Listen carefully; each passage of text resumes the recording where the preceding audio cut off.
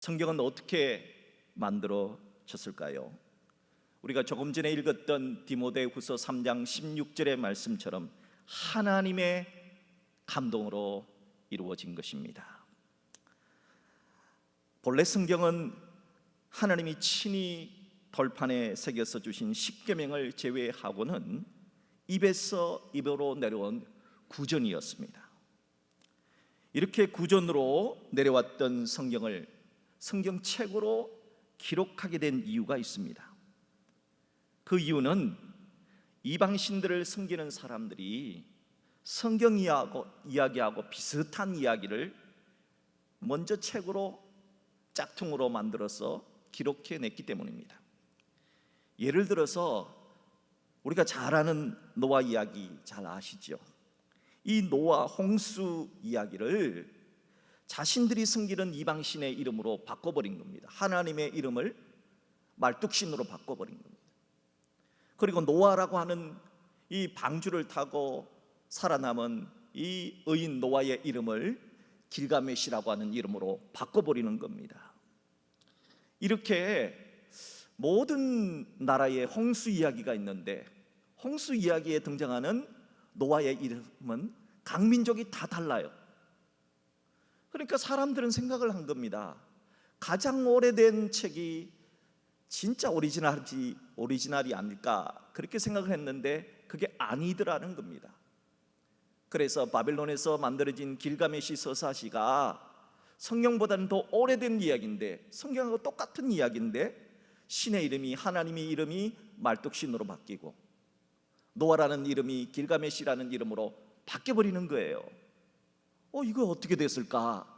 알고 봤더니 우리는 구전으로 성경은 구전으로 입에서 입으로 내려왔는데 이단들이 먼저 성경을 있는 이야기를 기록을 해버린 것입니다. 그래서 이런 짝퉁의 문제를 인식한 구약의 성경 저자들이 성경을 기록할 필요를 느끼고 기록을 하게 된 것입니다. 현재 우리가 가지고 있는 성경 66권의 원본은 하나도 없습니다. 오래된 책이니까 다 이제 파피루스라든지 동물 가죽이라든지 이런 것이 다 낡아서 다 사라지고 원본은 다 사라지고 이 원본을 보고 뺏긴 필사본 즉 사본만이 남아져 있습니다. 그래서 이 사본이 얼마나 많이 있느냐, 지금까지 구약 성경의 사본이 약 10,000개 정도의 사본이 있다고 합니다. 엄청나게 많죠. 이 10,000개 가운데서 39권을 끄집어낸 거예요. 지금까지 발견된 신약 성경의 사본의 수는 약 5,700개가 있습니다. 이 5,700개의 사본 가운데서 우리가 가지고 있는 신약 성경인 27권, 이것이 신약 성경으로 들어오게 된 겁니다. 사본 중에는 그래서 이단과 사이비들이 쓴 짝퉁도 있습니다. 그래서 성경학자들은 이 수많은 사본 중에 어떤 성경이 진짜인지 어떤 성경은 가짜인지를 가려내야만 했습니다. 그 많은 성경의 사본 중에서 우리 기독교 신앙의 기준이 되는 책, 척도가 되는 책을, 진짜 책을 정경이라고 그렇게 부르기 시작했습니다. 이렇게 진짜 성경책을 가려내는 그런 과정들을 정경화 과정이라고 합니다. 자, 그렇다면 먼저 구약 성경 10,000개의 구약 성경의 사본 가운데 어떤 성경 39권이 정경이 되었을까 하는 겁니다. 이렇게 많은 사본 중에 최초로 구약 성경의 정경화를 추진한 분은 우리가 잘 아는 제사장 겸 학사 에스라입니다. 학사 에스라의 주도하에 BC 5세기경에 바벨론 포로 후기부터 가짜를 가려내고 진짜 성경을 구약을 만들기 시작했던 겁니다. 그리고 이 정경 39권 구약 성경 39권에 들어가지 않은 책 가운데 정경은 아니지만 그래도 역사적으로 가치가 있다 하는 성경을 외경으로 구분을 했습니다. 그런데 외경에도 들어가지 못하고 보니까 이거는 가짜예요. 그래서 가짜 성경책을 가짜 위자를 써서 위경이라 그렇게 부르게 된 것입니다. 구약 성경이 정경이 되는 데는 네 가지 기준이 있습니다. 자, 이 네 가지 기준이 뭐냐? 무엇 때문에 구약 성경 그 많은 성경 가운데 39권이 정경으로 되었는가 하는 겁니다. 첫 번째는 영감성의 문제입니다. 디모데후서 3장 오늘 읽었던 말씀처럼 모든 성경은 하나님의 감동으로 쓰여진 책입니다.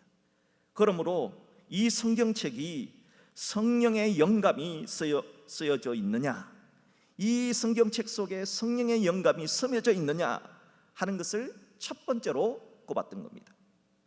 두 번째 정경의 기준은 내용상의 문제입니다. 성경은 처음부터 창세기부터 말라기까지, 그리고 마태복음부터 요한계시록까지 내용은 신약이든 구약이든 한 가지 내용입니다. 방향은 하나의 방향을 가지고 있습니다. 그것은 바로 메시아이신 예수 그리스도를 통한 구원의 이야기, 이것을 담고 있느냐 하는 것을 따라서 이것이 정경인지 외경인지 위경인지 이렇게 분류를 했던 것입니다. 세 번째, 보존성의 문제가 있습니다. 현재 존재하는 구약 성경의 사본의 수가 10,000개라 그랬잖아요. 이 많은 구약의 사본 중에서 얼마나 훼손되지 않고 잘 보존되어 있는가. 그러니까 이 많은 사본 중에 여기도 A가 있고 저기도 A가 있고 또 저쪽에도 A가 있고 이쪽에도 A가 있으면 A는 진짜구나 해서 그 구절을 그대로 차용하게 된 것이지요. 네 번째는 인용성의 문제입니다. 예수님이 그 성경책을 얼마나 인용하셨는가, 사도들이 얼마나 그 성경책을 인용했느냐, 교부들이 그 성경책을 얼마나 인용했느냐 하는 것입니다. 그걸 따라서 이건 진짜구나, 예수님이 인용을 했기 때문에 이 성경은 진짜구나 해서 이 네 가지 기준, 즉 영감성의 문제, 내용상의 문제, 보존성의 문제, 인용성의 문제를 가지고 AD 90년 얌니아 종교회의에서 그 수많은 10,000권의 사본 가운데 구약성경 39권을 정경으로 결정하게 되었다 하는 것입니다. 이제 성경 번역에 대해서 한번 살펴보도록 하겠습니다.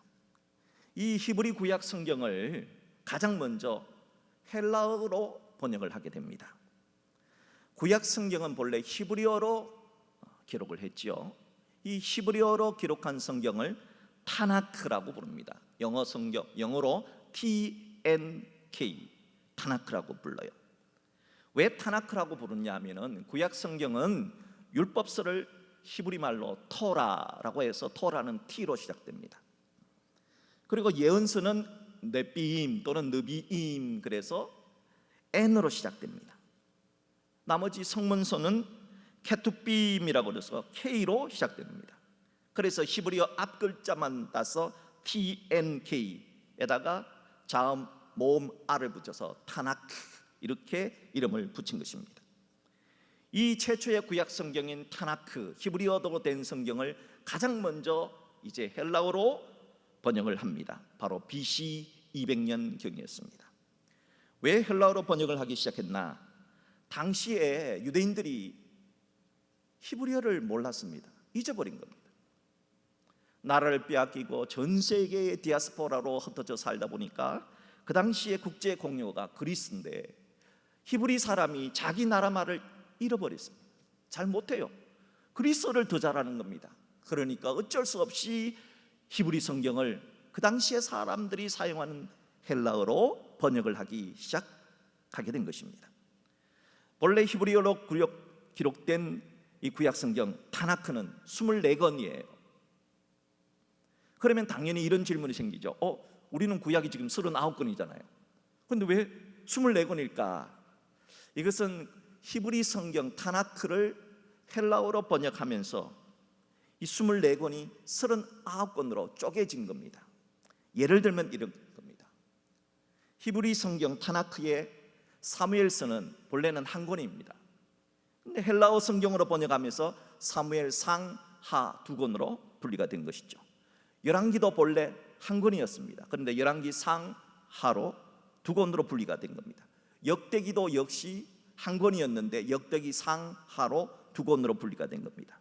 에스라 느헤미야는 본래 한 권이었는데 에스라서, 느헤미야서 이렇게 두 권으로 분리가 된 겁니다. 우리가 지금 소예언서는 12권을 갖고 있지 않습니까? 호세아부터 요엘, 아모스, 오바다, 요나, 미가, 나움, 하박국, 스바냐, 학개, 스가랴, 말라기 12권인데 본래는 히브리 성경 타나크에는 소예언서가 전체 한 권이에요. 이 한 권을 12권으로 분리를 하면서 이렇게 해서 히브리어 성경 24권이 결국은 오늘 우리가 가지고 있는 39권의 성경으로 분리가 되었다 하는 겁니다. 보통 이 처음으로 헬라어로 번역된 성경을 70인역 셉튜아진트라고 그렇게 부르는데요. 그 이유가 뭐냐? 이런 전설이 있습니다. 본래 70일을 뜻하는 라틴어가 셉튜아진타라는 말입니다. 이스라엘 12지파에서 6명의 학자를 보냈습니다. 그러니까 12 곱하기 6명이니까 72명이죠. 이 72명의 번역자들이 다 성경을 번역할 때 각각 독방에 들어가 있었어요. 독방에 들어가서 구약 성경을 번역했는데 72명의 번역이 모두 동일했다는 거야. 그래서 70이 번역으로 하려고 하다가 행운의 숫자 70을 사용해서 그냥 70의 번역으로 했다 하는 겁니다. 또한 이런 전설이 있습니다. 당시에 헬라 제국의 알렉산더 대왕이 죽고 그의 부하 4명이 그 넓은 헬라 제국의 영토를 나누어 통치하게 되었습니다. 그때 아프리카 이집트와 알렉산드리아를 다스리던 사람이 누구냐 하면은 프톨레마이오스 2세입니다. 이 프톨레마이오스 2세는 세계에서 가장 큰 도서관인 알렉산드리아 도서관을 만들었고 그곳에 구약 성경인 이 구약 성경을 좀 넣자 이렇게 보존하고자 생각을 했습니다. 그래서 유대 지도자들에게 히브리어로 된 성경책을 헬라어로 번역해서 알렉산드리아 도서관에 보존하고자 한다. 도와달라 이렇게 제안을 했습니다. 이 제안을 받았던 이스라엘 12지파에서는 각각 6명씩 모두 72명의 학자를 보내어서 히브리 성경을 헬라어로 번역을 하게 된 것입니다. 그래서 이것이 바로 우리가 알고 있는 헬라어 성경 번역 70인역 셉튜아딘트라고 부르게 된 것입니다. 신구약 중간기 400년 이때 외경이라고 하는 책들이 만들어지기 시작했는데요. 우리가 보통 보면 마지막 구약 성경책을 말라기잖아요. 이 말라기에서 예수님이 오실 때 처음 신약 성경인 마태복음까지는 약 400년이라고 하는 긴 중간기 시간을 보내게 됩니다. 이때 외경이라고 하는 책들이 집필이 됩니다. 외경은 예수 그리스도에 대한 구속의 역사는 나타나 있지 않지만은 400년 동안의 역사를 중간기 말라기 이후부터 예수님까지 이 400년 동안에 있었던 역사적 이야기를 나타내 주기 때문에 외경, 정경은 아니지만은 위경도 아니고 가짜도 아니지만은 그러나 좀 괜찮은 책이다 해서 외경으로 구분을 했습니다. 이 외경은 신구약 중간기 400년 동안 어떤 일이 일어났는지, 왜 유대 사회에서는 사두개파, 바리새파, 에세네파와 같은 종파들이 일어나게 됐는지, 그리고 수전절과 같은 절기는 왜 생기게 되었는지 하는 그 역사적 배경을 잘 가르쳐 줄 수 있는 책이 바로 외경입니다. 자, 이 외경을 이제 히브리 성경 타나크에서 헬라어로 번역을 하면서 70번역으로 번역을 할 때 이 외경도 역사적 가치가 있다고 해서 함께 번역을 했습니다. 그래서 헬라 번역본인 70인역은 총 54권의 구약 성경이 된 것입니다. 우리는 39권인데 여기에 외경 15권도 함께 번역이 된 책이 바로 70인 성경이었습니다. 초대교회는 바로 이 70인 성경 번역을 사용했던 것입니다. 예수님도 바로 이 70인 성경을 봤다 하는 것이지요. 자, 그럼 이제 신약 시대로 넘어가서 그렇다면 신약 성경 29권은 어떻게 정경으로 채택이 된 것일까요? 구약과 비슷합니다. 구약에서도 짝퉁들이 나타나서 이단들이 먼저 설치됐잖아요. 신약도 마찬가지입니다. 예수님의 제자들이 죽기 시작했습니다. 복음서, 사도행전, 서신서, 요한계시록을 기록한 예수님의 제자들인 사도들이 죽고, 또 그 사도들의 직계 제자를 속사도라고 하는데 폴리카카 같던 속사도들이 죽고, 그러면서 이단과 사이비들이 사도들의 이름을 몰래 빌려서 짝퉁 성경책을 쓰기 시작한 겁니다. 그래서 이 짝퉁 성경책이 교회 속으로 보급되기 시작한 겁니다. 이러면 큰일 나지 않습니까? 그래서 여러분, 그 당시에 짝퉁 성경책까지 많이 보급돼서 그 당시에 신약 성경의 사본의 숫자가 5,700여 권이 됐다고 합니다. 그러니까 어떡합니까? 이러다가는 안 되겠다. 이 거짓 성경책들이 막 돌아다니면 안 되지 않습니까? 특별히 AD 150년경 마르시온이라고 하는 영지주의자가 있었습니다. 이 마르시온이라고 하는 영지주의자는 대표적인 이단인데요, 성경을, 구약 성경은 다 가짜라고 해서 구약 성경은 인정하지 않습니다. 그리고 예수님의 메시지가 사도 바울에게 임했다 하면서 사도 바울 서신만 인정하게 됩니다. 사도 바울 서신 10권, 그리고 누가복음서에서도 누가복음 일부만을 정경으로 인정을 하게 된 것입니다. 이러니까 교회가 난리가 난 거 아닙니까?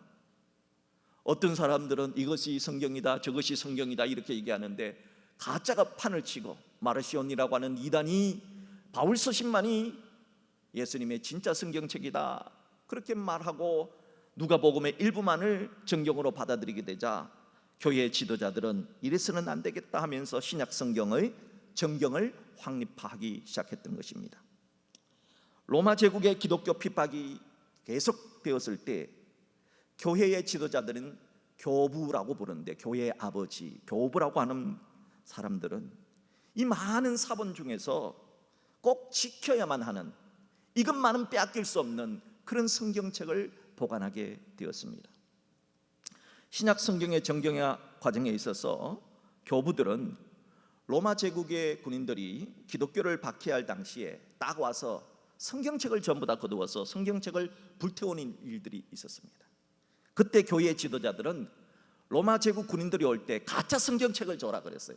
진짜는 남기고, 그러니까 가짜부터 주기 시작한 겁니다. 이렇게 하면서 어떤 성경은 내어놓고 어떤 성경은 꼭 지켜야만 하는가, 우리에게 가장 가치 있는 성경책은 어떤 것인가, 나름대로 결정을 하게 되었던 겁니다. 이것이 신약 성경의 정경, 외경, 위경이 되는 아주 중요한 일들을 하게 된 것입니다. 로마 제국의 기독교 핍박 속에서도 꼭 지켜낸 신약 성경이 있었는데, 그것이 오늘날 우리가 갖고 있는 27권의 성경책입니다. AD 313년 콘스탄틴 황제가 드디어 로마 제국에서 기독교를 믿어도 된다 하는 밀라노 칙령을 선포했습니다. 지금까지 교회는 고난 속에서도 성경을 지켜냈는데 그 신약 성경의 숫자가 27권이었습니다. 이것을 최초로 말했던 사람이 4세기의 알렉산드리아의 감독이었던 아타나시우스였습니다. 아타나시우스 감독은 AD 367년 성도들에게 보낸 부활절 편지에서 오늘날과 같은 신약 성경의 목록을 27권을 제시하게 되었습니다. 아타나시우스의 이 제안을 중심으로 해서 몇 번의 회의를 더 거쳐서 최종 AD 397년에 카르타고 공의에서 신약 성경 27권이 정경이다 하면서 공식적인 선포가 이루어졌습니다. 이렇게 신약 성경 27권을 정경으로 택한 세 가지 기준이 있습니다. 역시 구약과 비슷하게 첫 번째도 영감성입니다. 성령의 감동으로 기록되었는가. 두 번째는 사도성입니다. 예수님으로부터 직접 가르침을 받은 사도들이 직접 쓴 책이 맞는가. 또한 사도들의 정신과 가르침이 담겨져 있는가. 세 번째는 보편성입니다. 초대교회에서 이 성경책을 보편적으로 사용한 것인가. 이 세 가지 기준에 의해서 오랜 시간 정경화 작업을 하면서 AD 397년 카르타고 공의회에서 27권이 신약 성경의 정경으로 최종 확정되게 된 것이죠. 자, 그런데 왜 가톨릭 교회와 우리 개신교회는 정경의 숫자가 다를까 하는 겁니다. 개신교회는 신구약 성경 66권만을 정경으로 인정하지요. 하지만 로마 가톨릭 교회는 신구약 성경 66권을 제1경전이라 그러고 우리가 외경으로 부르는 이 외경이라 부르는 것을 제2경전으로 사용해서 가톨릭 교회는 외경도 정경으로 보고 있습니다. 왜 이렇게 되었을까? 그 이유는 로마 가톨릭 교회가 70인경을 중심으로 해서 구약을 번역을 했기 때문입니다. 조금 전에도 말씀드렸지만은 70인경은 히브리어 성경에서 이제 헬라어로 번역을 하면서 알렉산드리아 도서관에 보존을 하기 위해서 정경 구약 37권과 더불어서 외경인 15권의 외경도 함께 번역을 했습니다. 그러다 보니까 자연히 가톨릭에서는 외경도 정경으로 넣어버린 것이죠. 그러나 우리 개신교는 왜 외경이 빠져 있느냐? 종교개혁을 일으켰던 마르틴 루터나 칼빈이나 이런 모든 종교개혁자들은 성경을 어디에, 구약 성경을 어디에서 가져왔느냐? 70인 성경에서 가져온 것이 아니라 오리지널 히브리어 성경인 타나크에서 직접 번역을 했기 때문에 타나크에는 우리가 현재 갖고 있는 39권의 구약 성경을 그대로 갖고 있거든요. 그래서 우리 개신교는 히브리어에서 구약을 그냥 번역을 했고 가톨릭은 헬라어로 번역된 번역본에서 성경을 인용했기 때문에 이렇게 권수가 달라지게 되었다 하는 것입니다. 자, 이번에는 성경 번역에 대해서도 잠시 한번 살펴보도록 하겠습니다. 성경은 가장 먼저 BC 200년경에 헬라어로 성경이 번역되기 시작했다 했어요. 이 성경을 70인 성경, 셉디아딘트라고 그렇게 얘기를 했습니다. 그리고 시간이 많이 흘러서 한 600년 정도가 흘러서 드디어 이제 로마의 콘스탄틴 황제가 기독교를 이제 믿어도 된다 하니까 이제 400년경에 로마 제국의 언어인 라틴어로 성경이 번역이 됩니다. 라틴어로 번역된 성경을 불가타 성경이라고 말합니다. 자, 이렇게 한 1000년 동안 이 라틴어로 된 성경만이 있었습니다. 근데 사람들은 라틴어를 모르잖아요. 라틴어를 모르는 사람들이 라틴어 성경을 들으면 누가 알아듣습니까? 여러분, 제가 지금 한국말로 설교를 해도 여러분들이 힘들어하는데 라틴어로 설교를 하면 누가 알아듣겠습니까? 그래서 고민하던 중에 1456년에 구텐베르크가 인쇄를 하기 시작했습니다. 옛날에는 전부 다 손으로 써야 되기 때문에 책값이 너무 비싸요. 성경 한 권이 요즘으로 말하면 몇 천만 원 하는 겁니다. 그걸 누가 갖고 있겠습니까?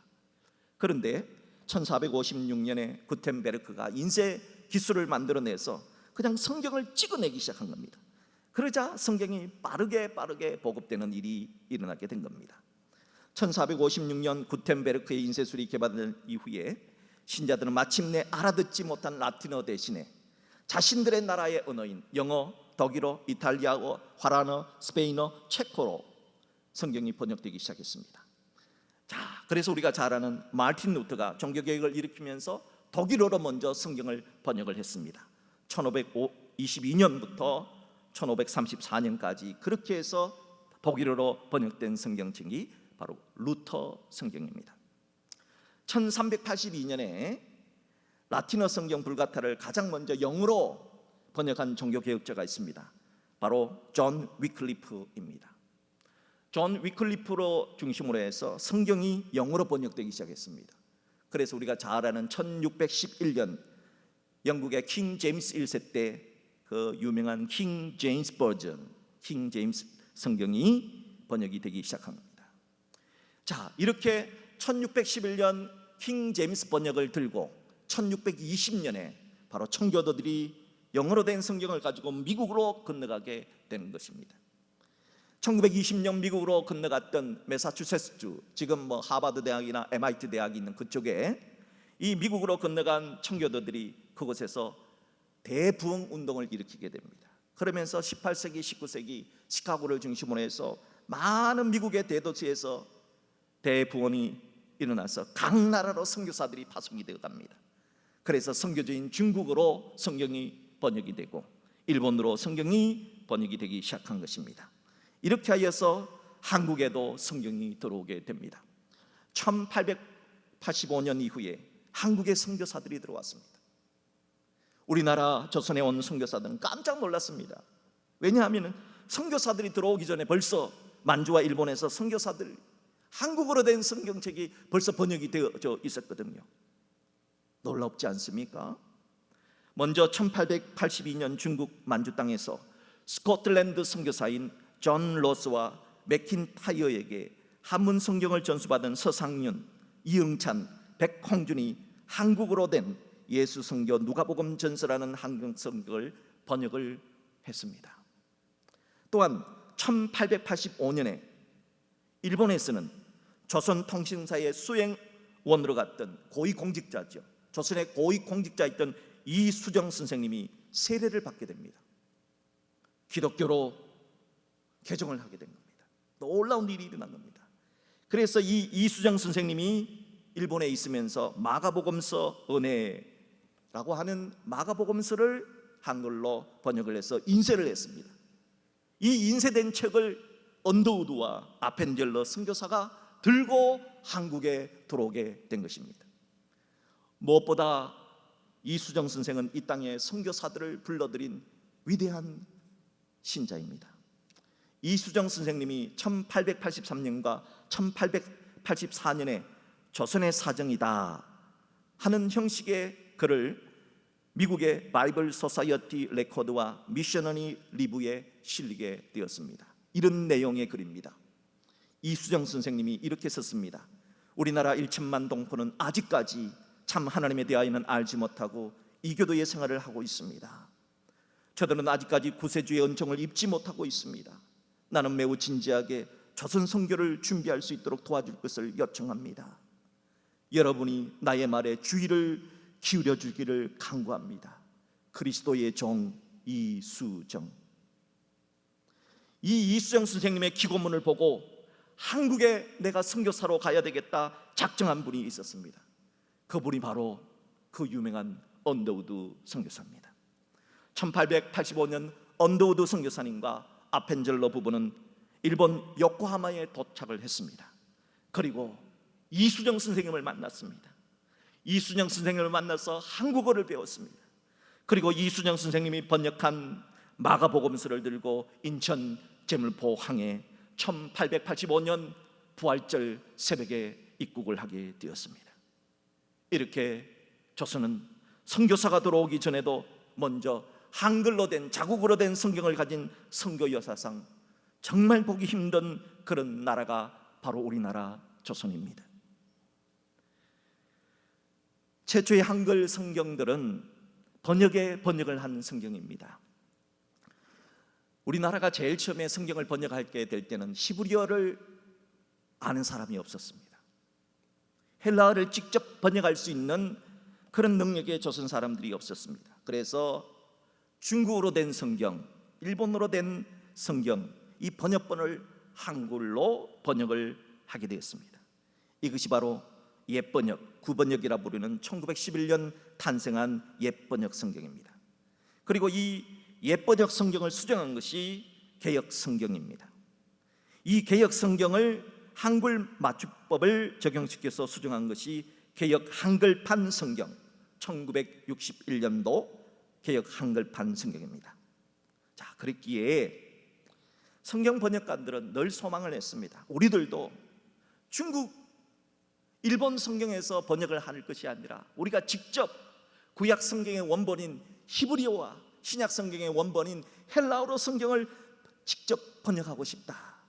그래서 드디어 1993년 중국어도 아니고 일본어도 아니고 우리나라는 원문 히브리어와 헬라어를 통해서 직접 번역한 성경책이 1993년 번역된 표준 새 번역이라고 하는 성경책입니다.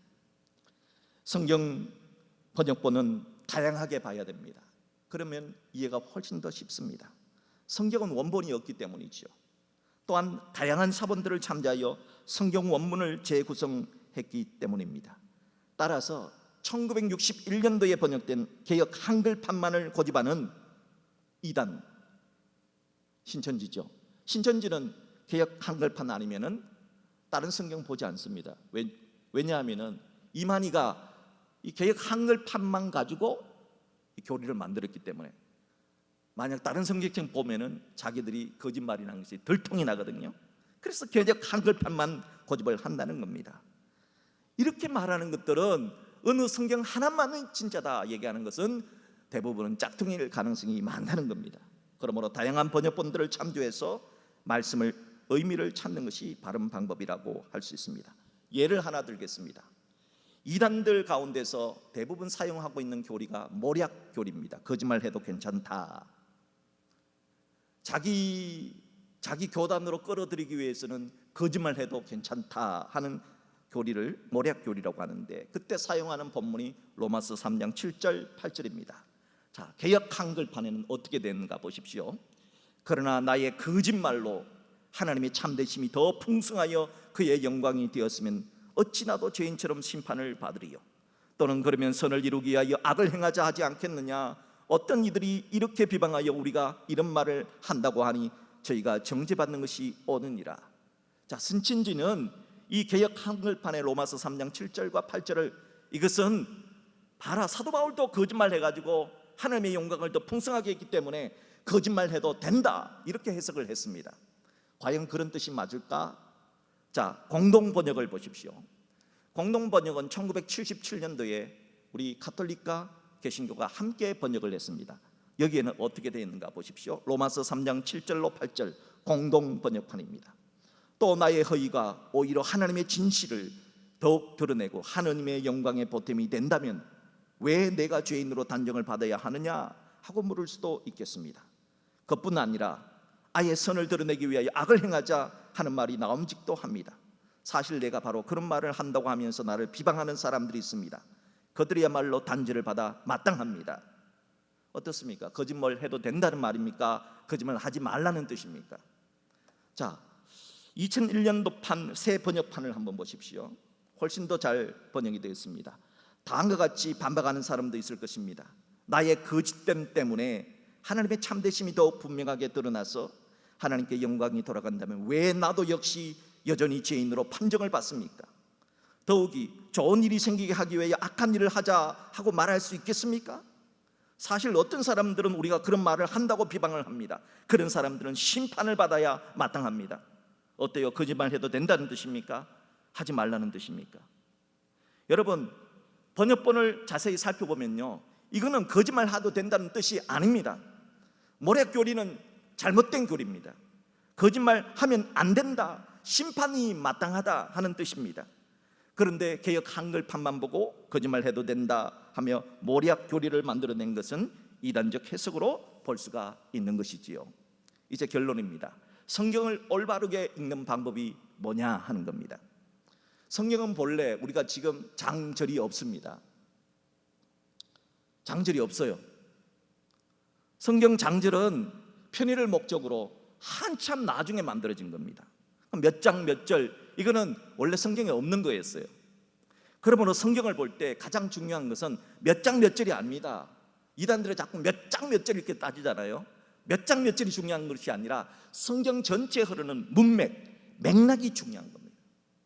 하나님의 말씀이 도대체 무슨 뜻이냐 하는 그것이 가장 중요한 겁니다. 그러기 위해서 우리는 다양한 성경책을 살펴볼 필요가 있습니다. 저는 신대원을 준비할 때 공동번역 성경을 참조했습니다. 어떤 분은 현대인의 성경을 참조했습니다. 어떤 것은 개역개정판, 또 어떤 책은 우리말 성경, 바른 성경, 현대어 성경, 쉬운 성경, 요즘에는 2015년도에 메시지 성경까지 등장을 해서 다양한 번역본들이 있습니다. 이해가 되지 않으면 이런 다양한 성경 번역본을 참조해서 성경을 보는 것도 좋습니다. 한글이 이해가 잘 되지 않는 사람들은 영어를 보면, 또 독일어를 보면, 독일어를 할 줄 아는 사람은 더 정확한 번역을 할 수가 있는 이유가 여기에 있는 것입니다. 사랑하는 성도 여러분, 우리 민족은 성경을 사랑한 민족입니다. 선교사들의 손이 1885년 부활절 날 우리나라에 들어오게 된 언더우드와 아펜젤러 선교사님의 손에 한글로 된 성경 번역본을 가지고 들어올 정도로 성경을 사랑했던 민족이 바로 우리나라 대한민국의 아름다운 신자들의 모습이었습니다. 이 아름다운 성경을 여러분 사랑하고 또 제대로 해석하기 위해서라도 다양한 성경의 번역본을 참조해서 우리들이 믿음 안에서 성경을 잘 해석할 수 있는 우리 모두가 될 수 있기를 주의 이름으로 축복합니다. 성경을 제대로만 읽으면 이단에 빠지지 않습니다. 성경을 제대로만 공부하면 이단에 빠지지 않습니다. 그러므로 오늘 우리 알쓸교리 두 번째 시간을 통해서라도 성경 제대로 봐야 되겠구나, 이해가 되지 않으면 다른 번역본을 봐야 되겠구나, 그렇게 우리가 마음을 먹고 다양한 성경 번역본을 참조하는, 그리하여서 하나님의 말씀을 제대로 풀이할 수 있는 우리 모두가 될 수 있기를 주님의 이름으로 축복합니다.